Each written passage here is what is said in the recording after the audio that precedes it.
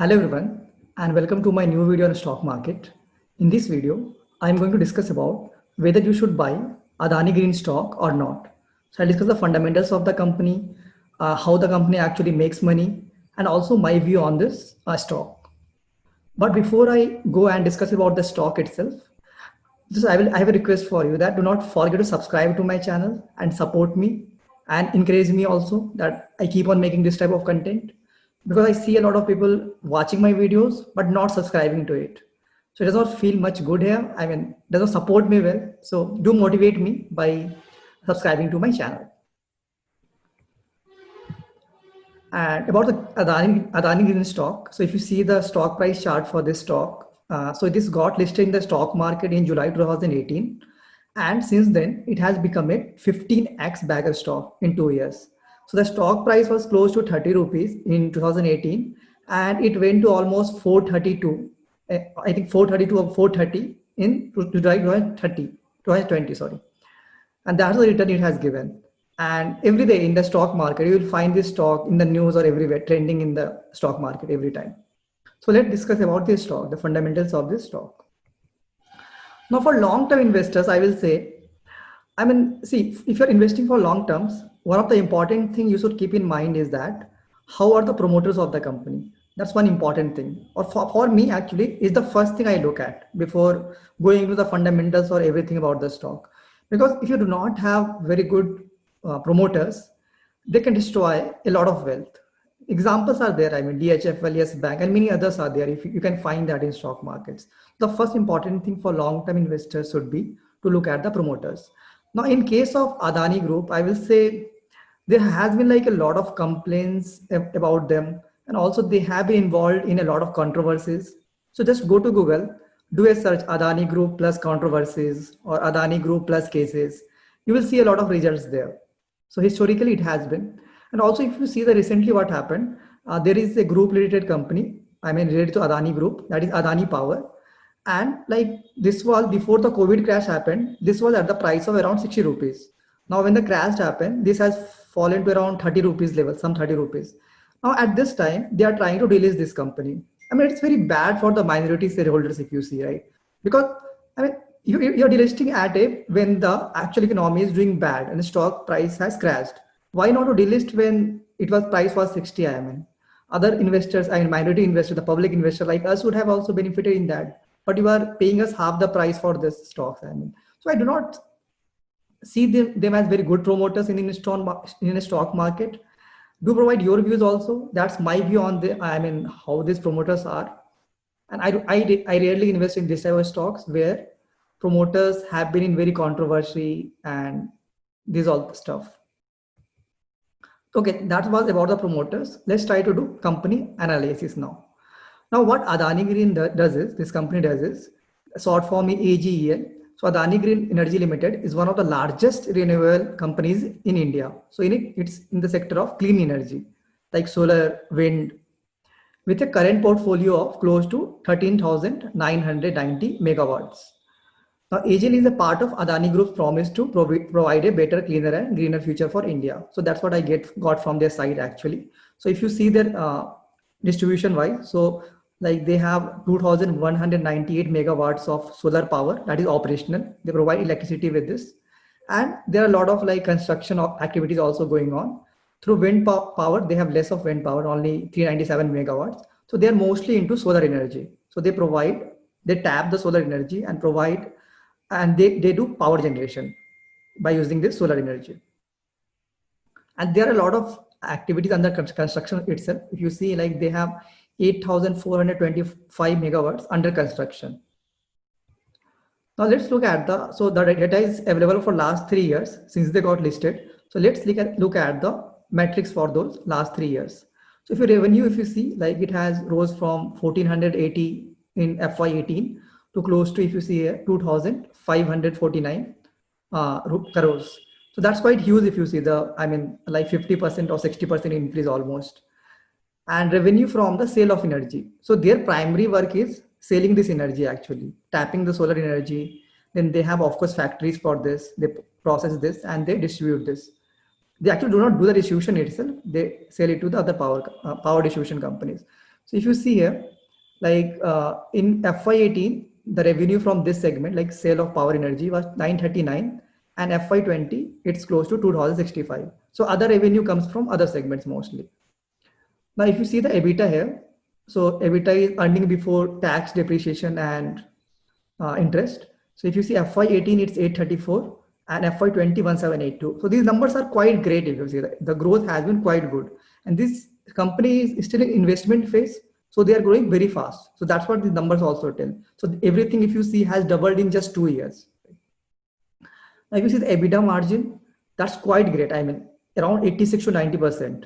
I mean, basically, the margin, operating margin or EBITDA margin is 90%, right? That's quite good, great, right? If you see cash profit, if you see, so EBITDA is like not actually the cash profit, so you understand, right?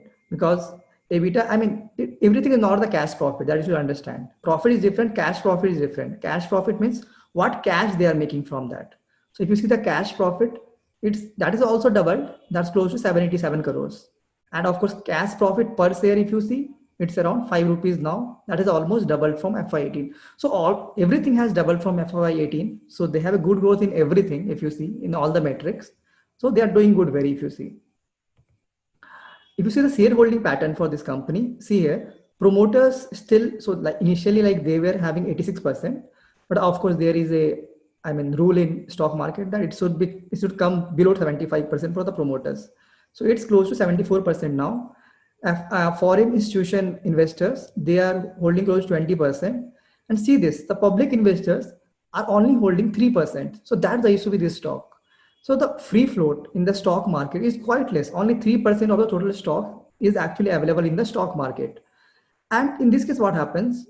A lot of manipulation can happen with the stock price. Understand this. When there is a very free float in the very less free float in the stock market, then a lot of manipulation can happen, because public, if you see, they only have 3% of total shares. That's very less and easily can be manipulated in the stock market. Now let's try to understand the fundamentals of the company. So the current market cap is close to 58,000 crores. Now you see the debt to equity ratio, 19.48. I mean, 19.48 is quite huge, right? Debt to equity ratio. I understand that this type of companies do require a lot of investment, power companies, I understand. But if you see for other companies in the same sector, like Tata Power, NTPC, Power Grid, there are many other companies in this sector. All of their debt to equity is also high, but that's 2 or 3. That's okay. 2 to 3 is normal. But having 19 debt to equity is quite high. So they are actually using a lot of debt to get these revenues now. So the debt is close to 15,000 crores. Book value is just 4.88 now. And some of the shares are also placed, like 14.7% is placed now. They do not have any price to earning. Why? Because price to earning is only, applicable when you have actually earnings. They have cash earning, that's why I showed you there. But if you see that after tax and everything, after depreciation, tax and everything, actually they are in negative profits now. So that's why no price to earning. What's about valuation? Understand this. This is very important for this. Like understand the valuation of Adani Green stock now. So like there are some parameters for valuation, like price to earning is there, but of course price to earning is not available for this company. So I will not use that. But then you can use price to cash profit that they have shown there. So that's 75 here. You can use another like EV to EBITDA. That's 47 here. Then price to book ratio, that's 77 here. Now see for other companies, like these companies, Tata Power, NTPC, these are not, I will say, like totally into the green energy sector, but there's some part of portfolio is in the, like Tata Power, 30% of their power generation happens through green energy, like solar and wind. For NTPC also, like similar ratio can be there. Now for them, if you see that these numbers like price to cash profit, EV to EBITDA, PB is very less. If you see Tata Power, price to cash profit ratio is 2, EV to EBITDA is 7, and price to book is only 0.69. For NTPC, the respective numbers are 5, 7 and 0.79. So if you see the valuation wise, I mean, it's lot. I mean, if you see the valuation of Adani Green is a very overvalued company now. And the overvalued, I mean, why the overvaluation has come is they have very less amount of like free float available in the market. Only 3% of the total stock is available in the market for trading and all. And with this less, I will say the demand for stock keeps on going up. So that's why share price will also go up, because share price is represented by the demand. If the demand is low, it keeps on falling. If the demand is quite high and you have very less free float here, the stock price keeps on rising. So that's why the stock price that you have seen there. But overvaluation, of course, you can see in these numbers here.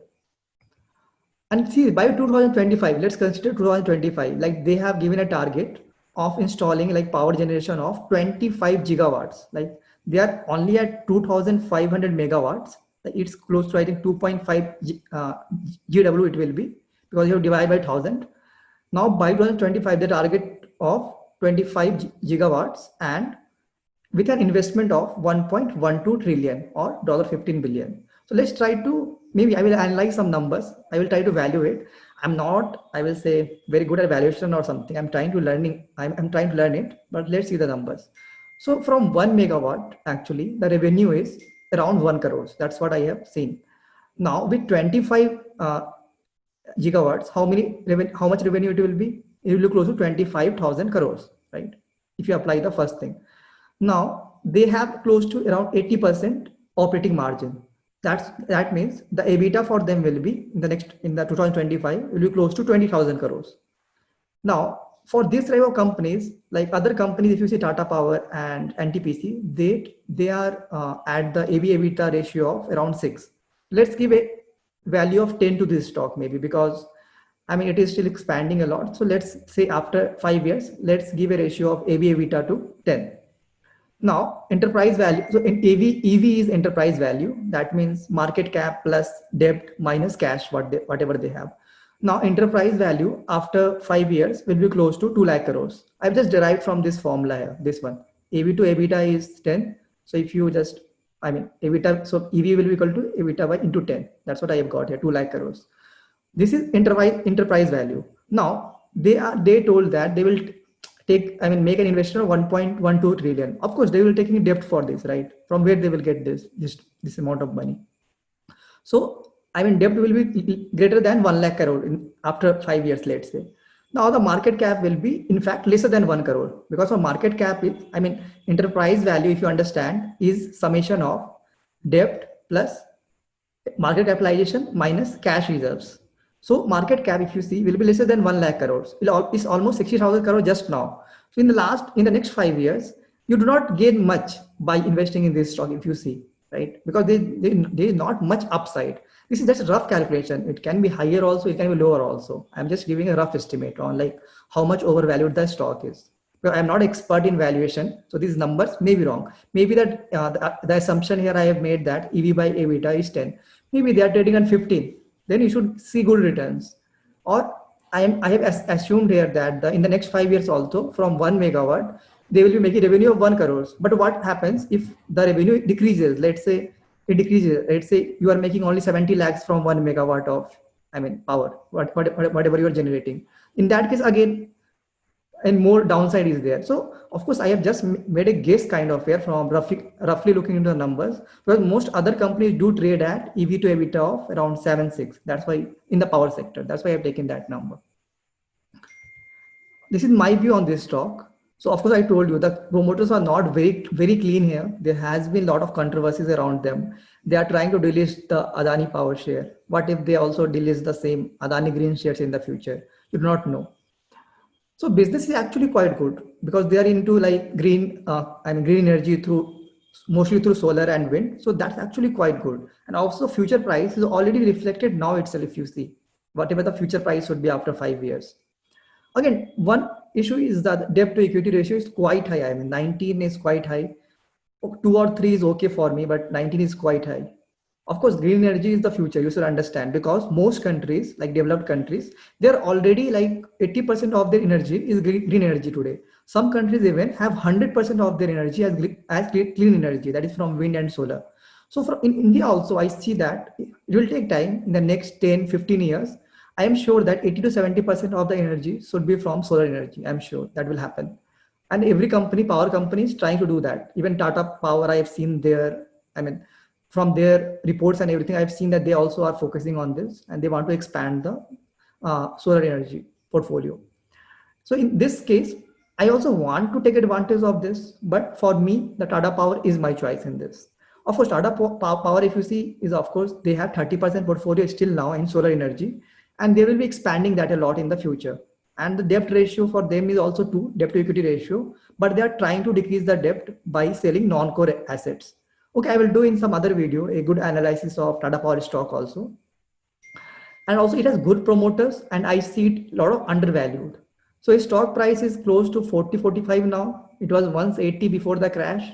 So I think that it's quite undervalued now at the, I mean, if you see the ratio, if you have seen the ratio, book value and price to book value ratio, only 0.6, I mean now. It should be around close to 1, 1.2 in maybe in next 1 to 2 years. Once the COVID crash goes off, I mean the effects of this, and once the world becomes normal, you will see Tata Power also going a bit high. But I'm thinking about long term, not about only 1, 2 years. So I will do a proper analysis of this stock, that is Tata Power, in my next video, or maybe in some other videos next week, or maybe mostly. So that's my view on Adani Green stock. So for me, I'm not going to buy this stock, but I will buy more Tata Power stock in the future, not now, but in the future. And of course, I have given you the reasons also for not buying it. Of course, if you are a trader, for you, the reasons will be different for it. But if you're a long-term investor, your reasons will be different. Here, mostly I was talking about long-term investing, not about trading. Because in trading, you are going to look at charts and everything and news and everything. So that's my view. So if you liked my analysis that I did here on Adani Green stock, do subscribe to my channel, and also you can suggest me some companies on which you want to do stock analysis. But do suggest me some big companies. Do not suggest me some very small companies whose market cap is even less than 100 crores, because most of the data is not available online. So I do not find it valuable if the market cap is less than 100 crores and do an analysis of those stocks. If it is like 500 crores, 1000 crores, it's okay. A lot of data is available, at least some data is available at least. So thank you for watching this video, and do not forget to subscribe to my channel. Thank you.